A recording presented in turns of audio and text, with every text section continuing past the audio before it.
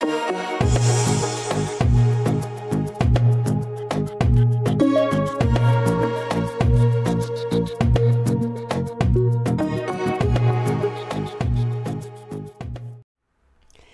shalom, queridos amigos, bienvenidos un día más a Israel a Diario. Hoy es miércoles 15 de octubre, 23 del mes de Tishrei en el calendario hebreo, y es uno de esos días marcados por las sensaciones contradictorias. Por un lado, el alivio por haber recuperado un poco de tranquilidad, algo de normalidad, la alegría de haber visto el regreso de los 20 ahora ex rehenes que sobrevivieron al cautiverio en la Franja de Gaza, y al mismo tiempo el dolor por los que regresan en ataúdes y por los que todavía no vuelven después de 740 días. Y una vez más, Hamás entregó un cuerpo que no pertenece a ninguno de los rehenes que todavía mantiene en la Franja de Gaza desde el 7 de octubre de 2023, sino de un gazatí.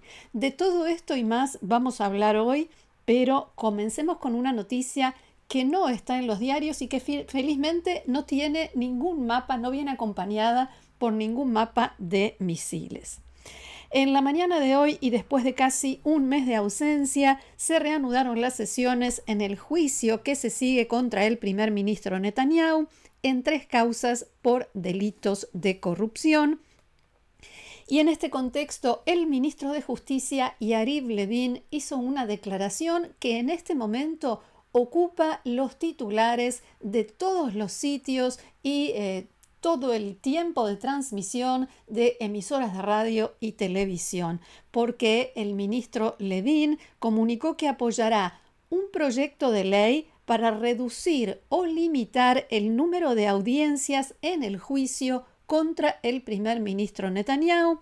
El proyecto de ley fue redactado por el diputado del Likud, Ariel Kantner, pero todavía no se presentó ante la Knesset, el Parlamento, y esta ley permitiría al ministro de Defensa reducir o limitar el número de audiencias en un juicio penal en tiempos de guerra si esa medida se considera necesaria por motivos de seguridad y después de consultarlo con el ministro de Justicia. Levin dijo que someterá a votación el proyecto de ley del diputado Kellner en el Comité Ministerial de Legislación tan pronto como se presente ante la Knesset. La polémica y la controversia apenas comienzan, ya hay muchísimas reacciones y sin duda será un tema del que seguiremos informando. Vamos ahora a las tapas de los diarios de hoy que muestran las imágenes del reencuentro de los rehenes liberados con un poco de retraso porque, como sabemos, ayer no hubo diarios.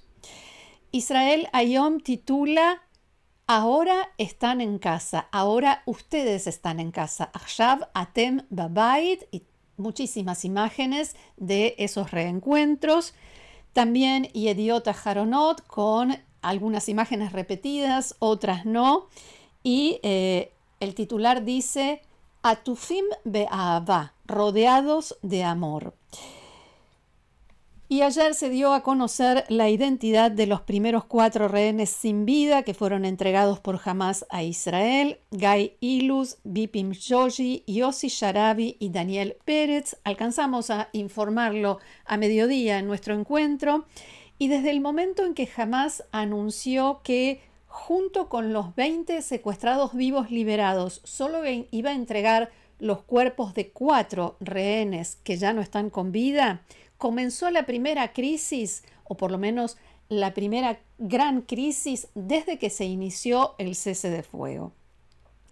Israel comunicó a los mediadores que no acepta que Hamás libere de a 4 cuerpos de rehenes por día y que si esa actitud continúa, Israel tampoco cumplirá con su parte en esta fase del cese de fuego del acuerdo de Donald Trump.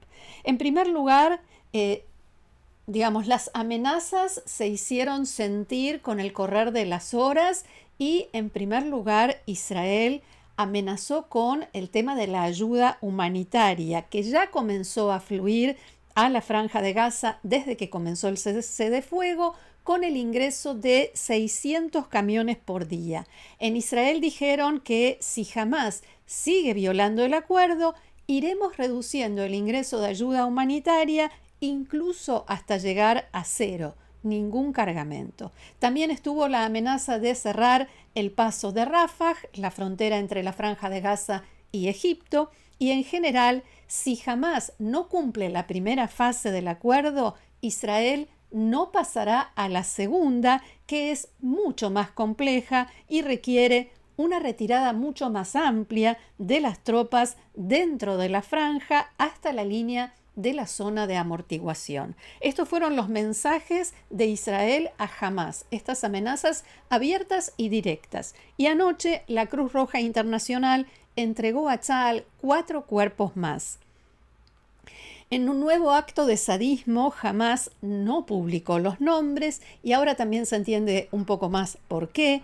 Y hubo que esperar, especialmente las familias tuvieron que esperar a la identificación en el Instituto Nacional de Medicina Forense en Israel.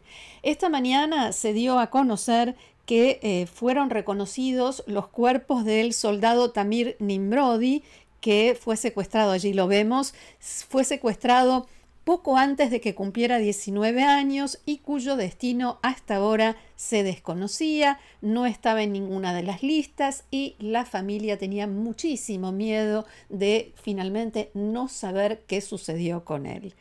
Uriel Baruch tenía 35 años, era casado, padre de 2 hijos, fue asesinado y su cuerpo secuestrado en el Festival de Música Nova el 7 de octubre de 2023.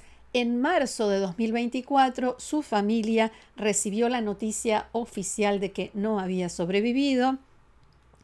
Y la última persona que veíamos en estas imágenes, Eitan Levi, de 53 años de edad, oriundo de Bat Yam y padre de un hijo, fue asesinado cuando volvía de llevar a un pasajero en su taxi al Festival Nova en la zona de Mefalsim, y su cuerpo fue llevado a la Franja de Gaza. Además, el cuarto cuerpo, según Hamás, pertenecía a un rehén, pero no fue identificado como tal. Una fuente de seguridad declaró esta mañana que se determinó que pertenecía a un gazatí. Por lo tanto, 21 rehenes siguen cautivos y hoy se espera la entrega de más cuerpos a Israel. La red libanesa Al-Ahbar, afiliada a Hezbollah, informó que mediadores de Qatar, Egipto y Turquía mantuvieron conversaciones con los representantes de Estados Unidos y les explicaron, abro comillas, las complejas condiciones del terreno que dificultan la entrega de los rehenes y dijeron que algunos de los rehenes sin vida, se encuentran en lugares de difícil acceso y que se requiere un gran esfuerzo. Fin de la cita, una cita en la que Hezbollah justifica a Hamás. Mientras tanto, según una fuente de seguridad citada por Ynet, el sitio web del diario Yediot Aharonot, continúa la presión sobre Hamás para que devuelva más cuerpos de rehenes. También hay dudas a esta hora sobre qué sucederá con el cruce de Rafah, si se abrirá o no para la entrada y salida de rehenes, de gazatíes, de la franja. Cuando Hamás dijo ayer que iba a entregar 4 cuerpos más, Israel dio marcha atrás con la amenaza de cerrar el cruce, comenzó los preparativos para la apertura, pero ahora que envió un cuerpo que no corresponde a ningún secuestrado, habrá que ver si el cruce efectivamente se abre hoy o no. Por el momento, los medios dan versiones contradictorias. La emisora pública Kan dijo que los preparativos para la apertura sí siguen adelante.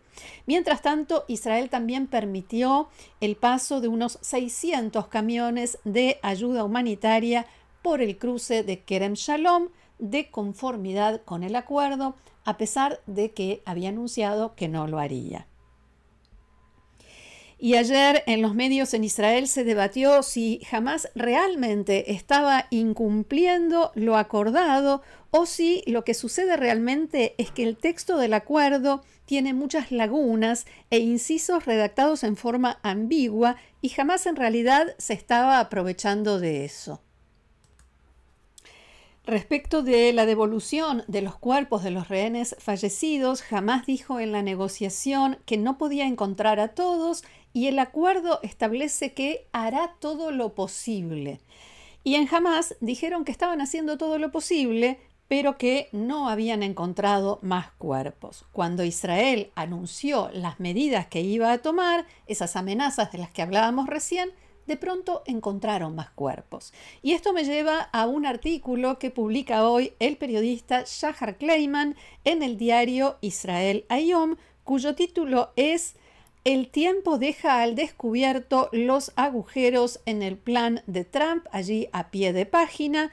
Y más allá de lo que estamos viendo hoy con la entrega de los cuerpos de los rehenes que ya no están con vida, ¿cuáles son esos agujeros? En primer lugar, la fuerza internacional que debería ingresar a la Franja de Gaza con la retirada de las tropas israelíes. Es una idea que todavía se está pensando, está en desarrollo y requiere la aprobación del Consejo de Seguridad de la ONU. Así al menos lo dijeron las autoridades de 3 grandes países que supuestamente van a formar parte de esa fuerza internacional: Francia, Egipto e Indonesia. El presidente de Francia, Emmanuel Macron, dijo que la planificación de esta fuerza ya comenzó, pero el tema fundamental de la autoridad que tendrá esa fuerza todavía no está definido. Quedan abiertas muchas preguntas. Por ejemplo, ¿las tropas internacionales podrán actuar contra los terroristas de Hamás? ¿Podrán acceder a infraestructura, a sitios estratégicos de la organización terrorista? Y existe el temor de que esa fuerza se convierta en un equivalente de UNIFIL en el Líbano, un factor que más que nada dificulte la libertad de acción de Israel y no implique una verdadera amenaza para Hamás. Otro punto que no se terminó de definir es el del gobierno de la Franja de Gaza a partir de ahora. Supuestamente habrá un gobierno de tecnócratas y, según informa Israel Hayom, Egipto ya comunicó a todas las partes que fueron elegidos los candidatos a integrar ese nuevo gobierno y que la lista ya fue aprobada por Hamás. Esto lo leo textualmente. Sin embargo, señala el periodista, Hamás no da señales de estar dispuesto a renunciar a su poder en la Franja de Gaza ante ningún tipo de organismo, ya sea internacional o palestino. Y eso lo vemos en estos días en el terreno y lo hemos venido informando. Y todo esto genera dudas sobre cómo seguirá adelante la puesta en práctica del plan de Trump, o sea, la segunda fase. Algunos periodistas le plantearon esto al propio Donald Trump en las últimas horas y su respuesta fue categórica. Abro comillas otra vez: si no se desarman, los desarmaremos y ocurrirá rápidamente y quizás de forma violenta. Saben que no estoy jugando, continuó Trump, y en cuanto al plazo dijo que el desarme se va a producir en un plazo razonable. Trump dijo que le había comunicado esto a Hamás y que acordó con el grupo el desarme tal como establecía su propuesta de los 20 puntos. Y la cita es la siguiente: hablé con Hamás y le dije, se van a desarmar, ¿verdad? Sí, señor, nos vamos a desarmar. Eso es lo que me dijeron, declaró Trump.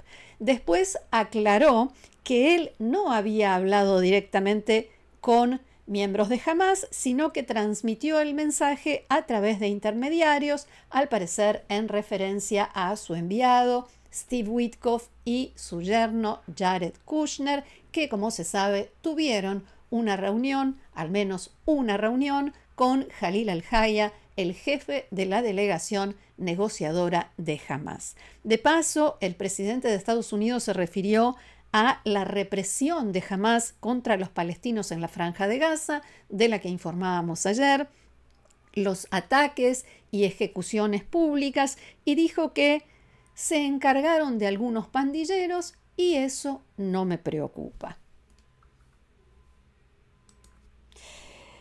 Y lo que vemos es el mapa que mostró el portavoz de las Fuerzas de Defensa de Israel, donde se puede ver la línea amarilla, la retirada de las tropas israelíes en base al acuerdo propuesto por Trump y aceptado por Israel y por Hamás.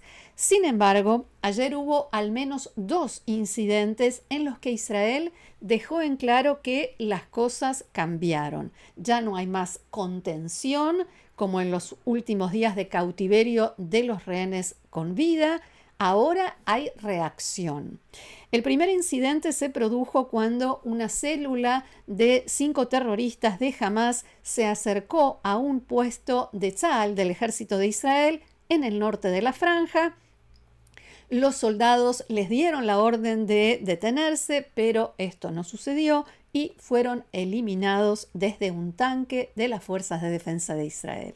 Más tarde, en el centro de la franja, un ataque desde un dron contra terroristas que intentaban acercarse y entrar a un depósito de armas. Según los informes, desde la Franja de Gaza, en total, 8 agentes de grupos terroristas del enclave fueron eliminados ayer. En Israel consideran esto la primera puesta a prueba del cese de fuego. Hamás pone a prueba a Israel de todas las maneras posibles o de todas las maneras en que puede en este momento y, entre otras cosas, además de este juego siniestro y macabro que está haciendo una vez más con los cuerpos de los rehenes, intentan desafiar el nuevo despliegue de las Fuerzas de Defensa de Israel a lo largo de la línea amarilla. En Tzahal explican que consideran este momento el diseño de la realidad, o sea, lo que se permita ahora quedará así, no se podrá cambiar después, y por eso toda violación del acuerdo en el terreno será respondida con fuego. Hoy hubo declaraciones en este sentido, tanto del ministro de Defensa Katz como del comandante en jefe del ejército Eyal Zamir. En Israel dicen, no hay ninguna intención de repetir errores del pasado y dejar pasar transgresiones que después solo van en aumento. Hasta aquí nuestro encuentro de hoy. Muchísimas gracias por haberlo compartido con nosotros una vez más. Los invito, como siempre, a seguirnos en el canal, a difundirlo, compartirlo, recomendarlo y a suscribirse porque seguimos creciendo en número de suscriptores. Y también los invito a formar parte del grupo de amigos de Israel a Diario haciendo clic debajo de este video donde dice unirse. Gracias nuevamente. Los espero mañana aquí en Israel a Diario. Que tengamos buenas noticias. Shalom.